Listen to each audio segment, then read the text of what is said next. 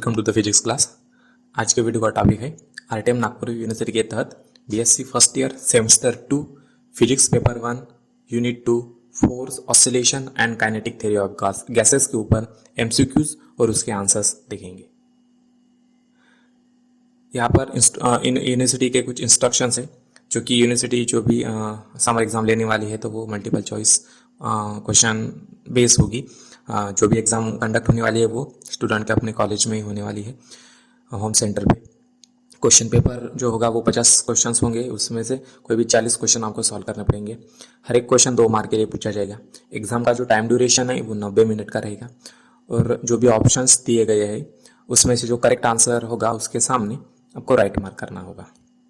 Question 1, if simple harmonic motion is represented by y is equal to a sin omega t plus phi, then omega is option A angular frequency, option B amplitude, option C phase constant, option D displacement.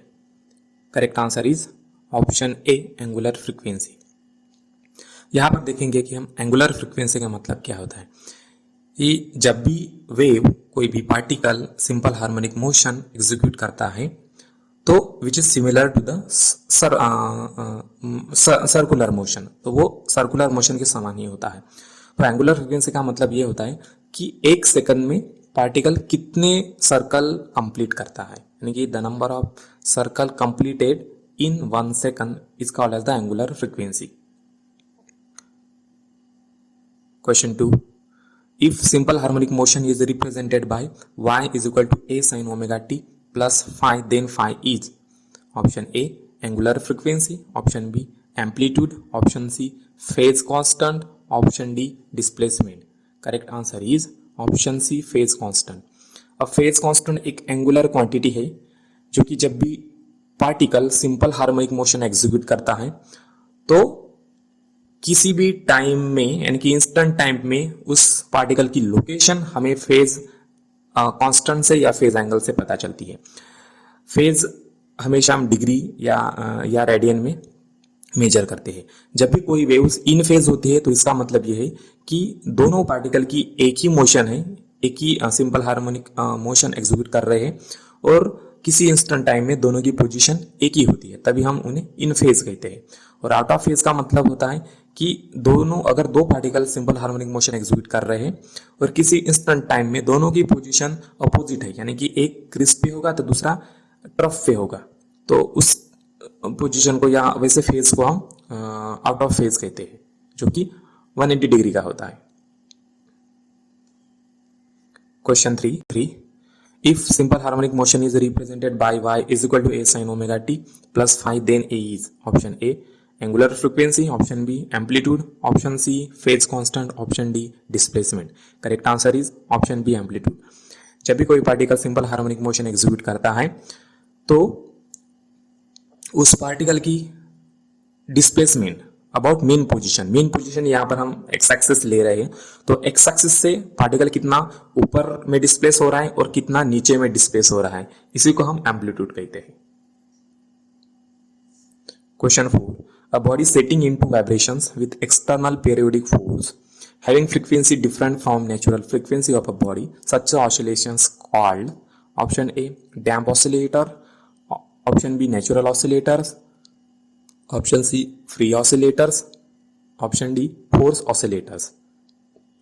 Correct answer is option D force oscillators.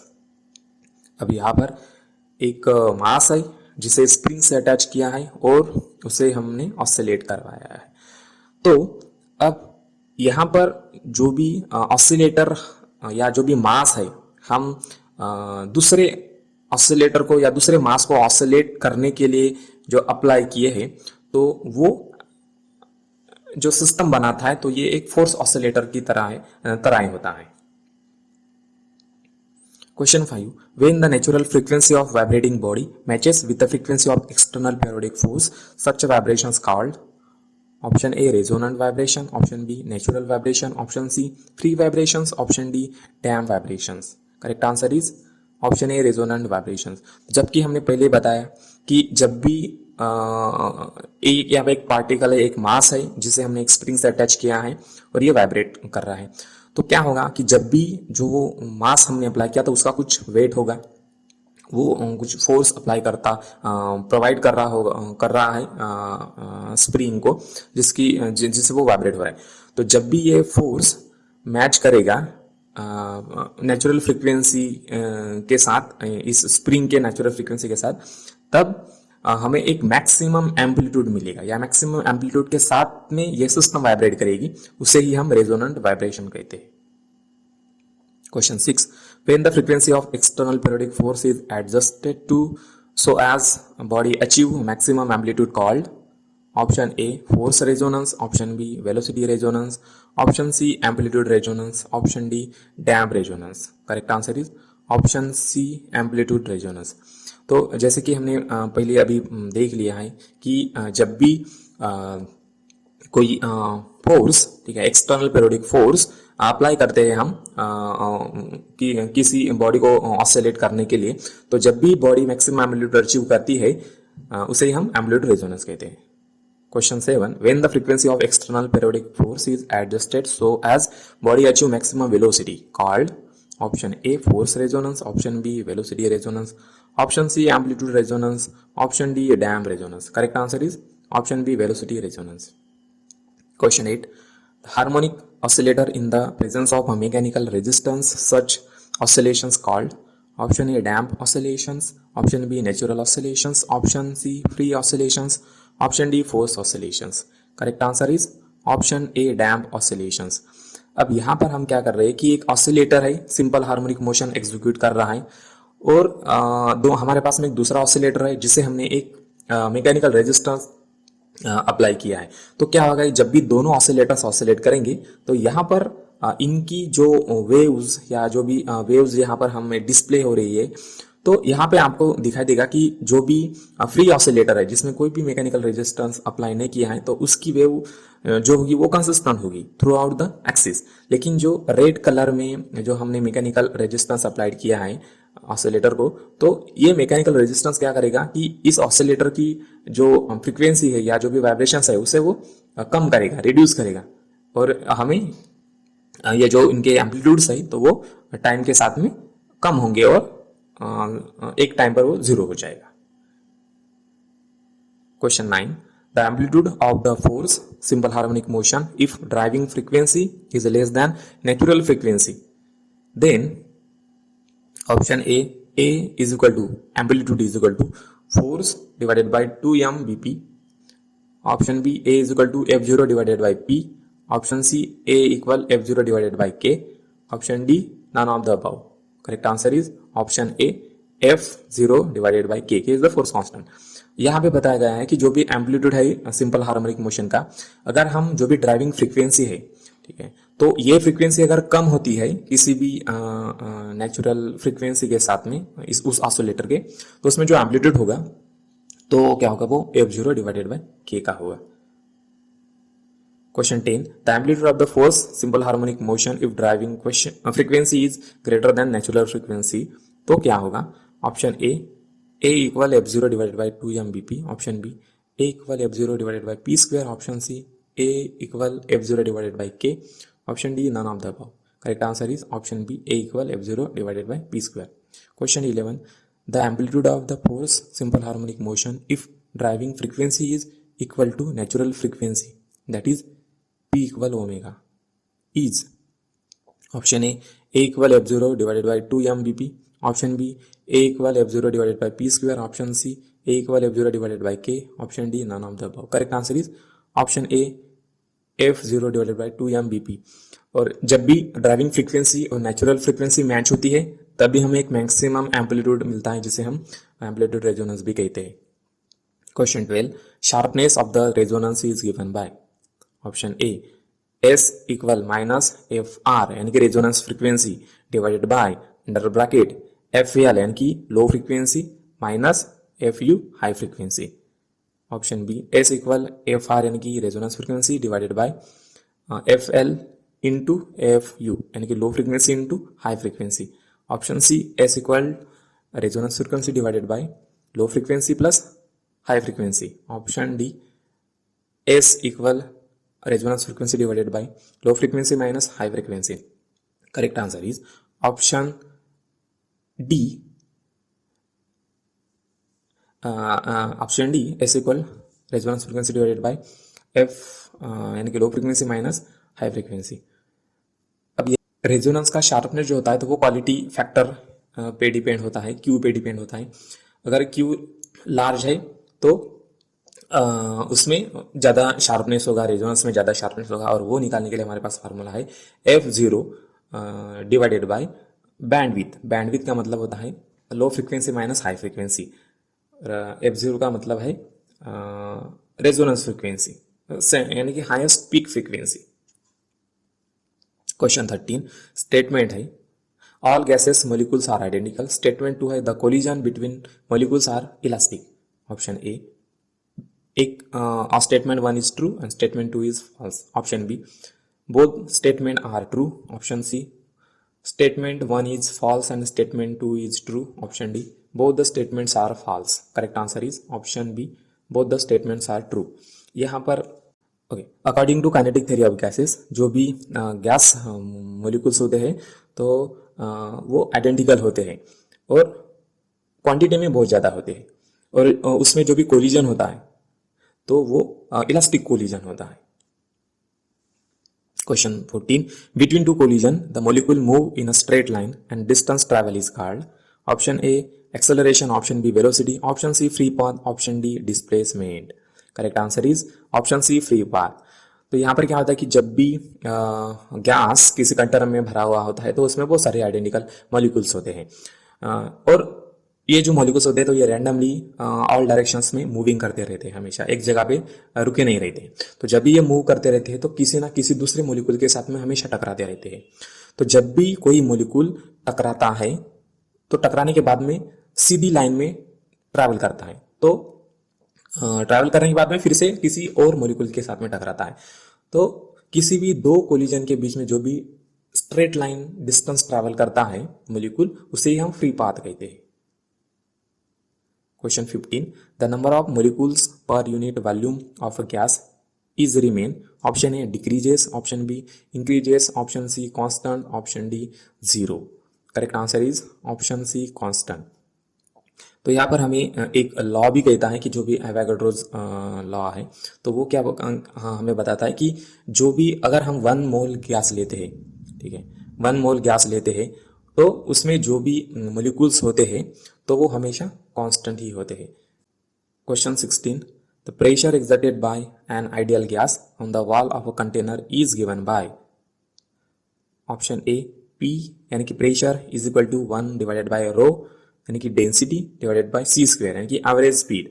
Option B P is equal to 1 divided by 2 rho into c square. Option C P is equal to 1 divided by 3 row c square. Option D P is equal to 2 divided by 3 row c square. Correct answer is option C. P equal 1 divided by 3 row c square. यहाँ पर एक container है जिसमें gas भरी हुई है. तो pressure का मतलब क्या होता है कि ये जब भी किसी कंटेनर में गैस मॉलिक्यूल्स होते हैं तो वो रैंडम डायरेक्शन में मूव करते रहते हैं. तो जब भी वो मूव करते रहते हैं तो कंटेनर के वॉल्स के ऊपर में वो टकराते हैं, फोर्स या प्रेशर अप्लाई करते हैं, इसी को हम प्रेशर कहते हैं, या फोर्स जो अप्लाई करते हैं वॉल के ऊपर में इसी को हम प्रेशर कहते हैं गैस का. Question 17 which of the following is Boyle's law. Option A pressure divided by time is constant. Option B pressure into volume is equal to N into R into T. R का मतलब gas constant है, T का मतलब temperature. Option C volume divided by time is constant. Option D pressure into volume is equal to constant. Correct answer is option D pressure and volume into volume is equal to constant.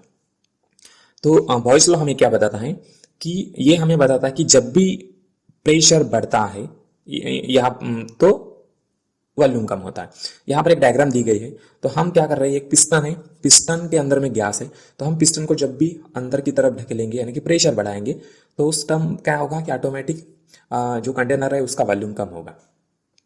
और जब भी pressure कम करते हैं यानी कि piston को ऊपर की तरफ उठाते हैं तो कंटेनर का वॉल्यूम क्या होता है, बढ़ जाता है. यही बॉयल्स लॉ है. Question 18. Which of the following is Charles law? Option A, pressure divided by time is equal to constant. Option B, pressure into volume is equal to n number of molecules into r gas constant into time. Option C, volume divided by time is equal to constant. Option D, pressure into volume is constant. Correct answer is option C, volume divided by time is constant. अब यहाँ पर हम Charles law क्या बताता है कि जब भी किसी कंटेनर में गैस भरी हुई होती है, अगर हम उस कंटेनर को हीट देंगे या हीट प्रोवाइड करेंगे तो क्या होगा कि उस कंटेनर का वॉल्यूम अपने आप बढ़ जाएगा। यानी कि टेम्परेचर बढ़ाएंगे तो वॉल्यूम बढ़ेगा। यानी कि ये रिलेशन हमें चार्ल्स लॉ बताता है। अगर हम किसी कंटेनर का टेम्परेचर कम करेंगे तो अपने आप ही उसका वॉल्यूम कम होगा। एक्चुअली ये इसलिए होता है कि जब भी हम किसी कंटेनर को जिसमें गैस भरी होती है उसे अगर टेम्परेचर देंगे तो उसमें जो मोलिक्यूल्स होंगे तो वो इस हीट एनर्जी को एब्जॉर्ब करेंगे और ज़्यादा एक्साइट होके वॉल्स के ऊपर में प्रेशर अप्लाइड करेंगे। Question 19. Which of the following is Gay Lussac's law? Option A, pressure divided by time is constant. Option B, pressure into volume is equal to n into R into T. Option C, volume divided by time is constant. Option D, pressure into volume is constant. Correct answer is option A, pressure divided by time is constant. यहाँ पर ये third law है। यहाँ पर एक container है जिसमें gas भरी हुई है और हम क्या कर रहे हैं, जब भी हम टेम्परेचर बढ़ाएंगे या प्रोवाइड करेंगे इस कंटेनर को तो क्या होगा कि जो भी प्रेशर है कंटेनर के अंदर में तो वो बढ़ जाएगा।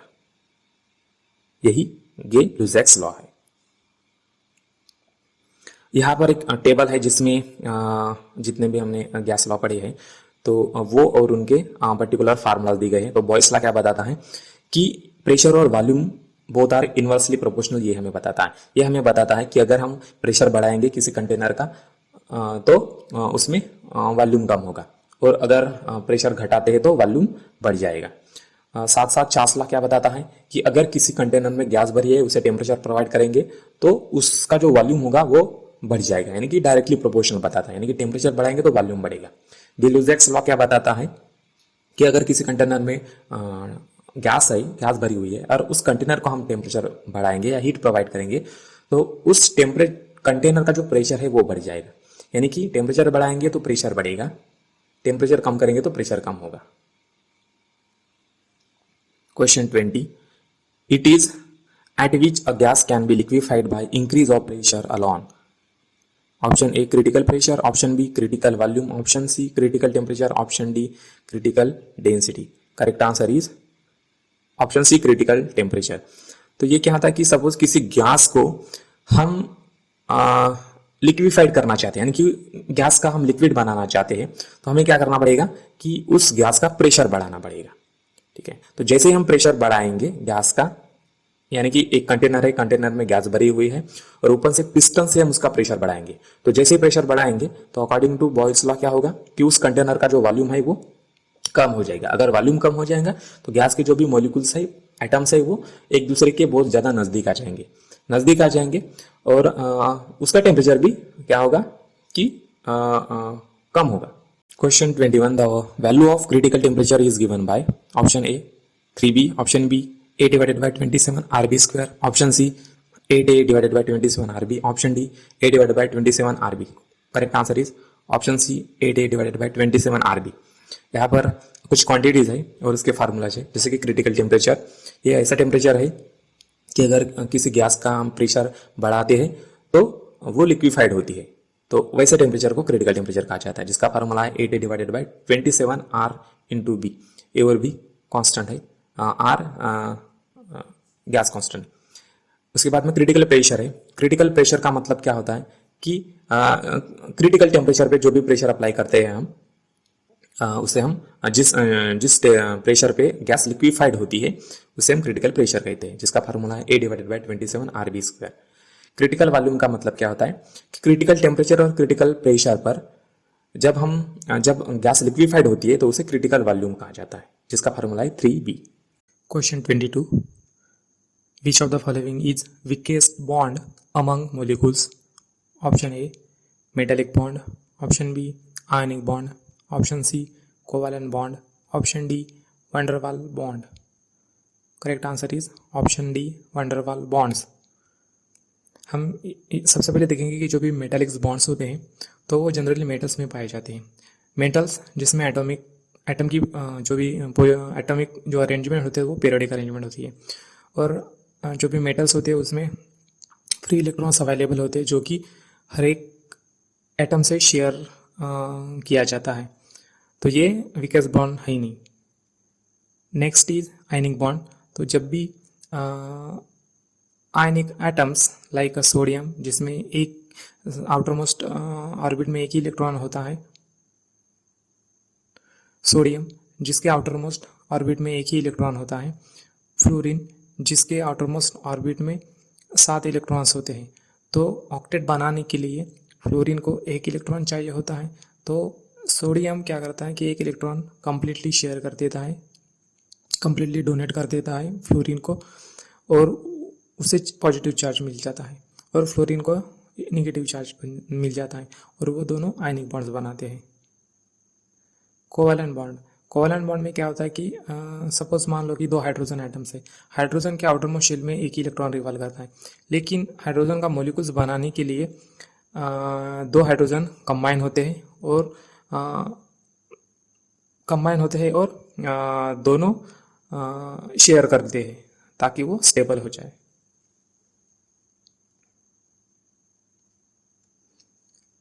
नेक्स्ट है van der Waal bonds.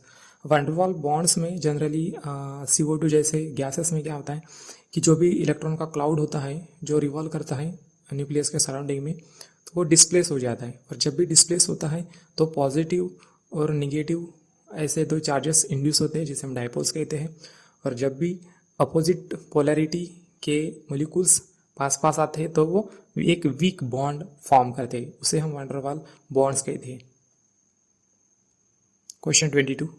Van der Waal equation of state for real gases is given by option A, P plus A upon V square into V plus P equal R into T। P यानी कि pressure है, A constant है, V volume है, B फिर से constant है, R gas constant है, और T टेम्परेचर है। Option B, P minus A upon V square into V minus B equal R into T. Option C, P plus A upon V square into V minus B equal R into T. Option D, P minus A divided by V square into V plus B equal R into T. Correct answer is option C, P plus A upon V square into V minus B equal R T. Ideal gases जो होते हैं वो ideal gas equation Boyle's law, Charles law, Gay Lussac's law को follow करते हैं, लेकिन actual condition में जो रियल गैसेस होते हैं जैसे कि हाइड्रोजन, ऑक्सीजन, कार्बन डाइऑक्साइड, तो ये जो गैसेस होते हैं ये आइडियल जो गैस इक्वेशन है उसे तभी फॉलो करते हैं जब टेम्परेचर ज़्यादा होता है और प्रेशर कम होता है।